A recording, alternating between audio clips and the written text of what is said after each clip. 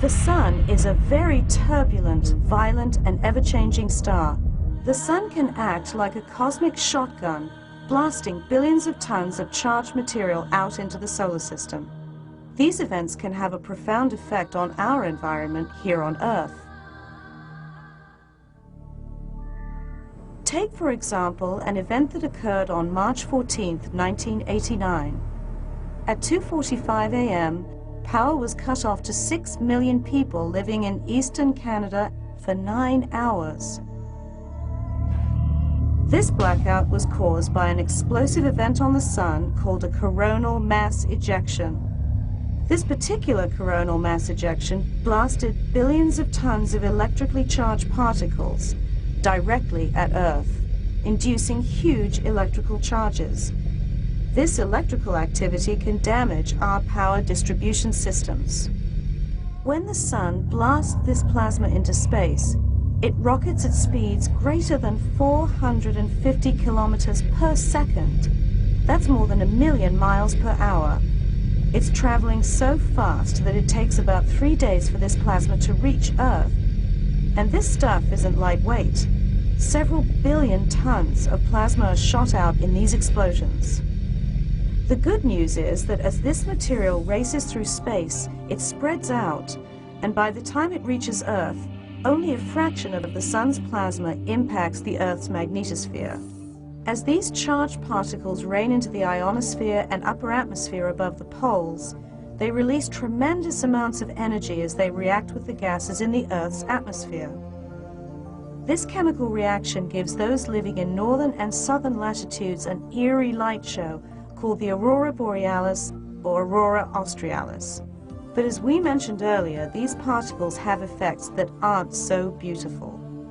When the Earth's magnetic field is pushed and pulled by this onslaught of solar plasma, it creates huge power fluctuations. These fluctuations can affect power lines, overloading and damaging power transformers, tripping circuit breakers, and causing anything from flickering lights to widespread and potentially dangerous power outages. Solar storms also interfere with television and telephone signals, airplane and ship navigation. And solar storms can cause pipelines to corrode much faster than normal.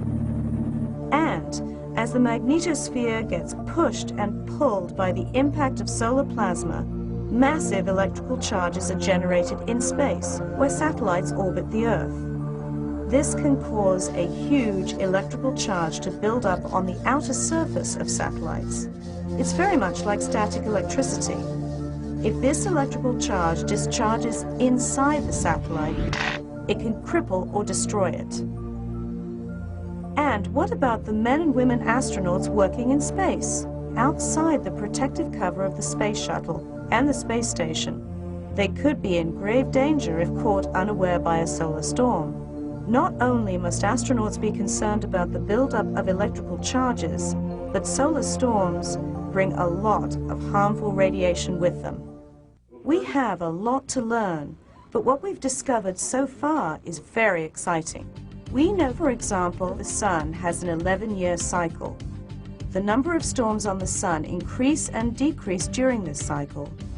At what scientists call solar minimum, the Sun is relatively quiet. There are few storms and few sunspots. As the Sun approaches its active peak, called the solar maximum, solar activity increases. At solar maximum, there are more sunspots, more storms, and more flares. It's here at solar maximum that our chances of being hit by a coronal mass ejection increase dramatically.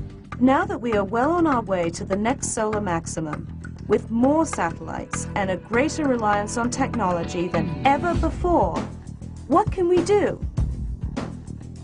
Just as mankind is unable to control hurricanes, we are equally powerless against the solar storms sent our way by the Sun.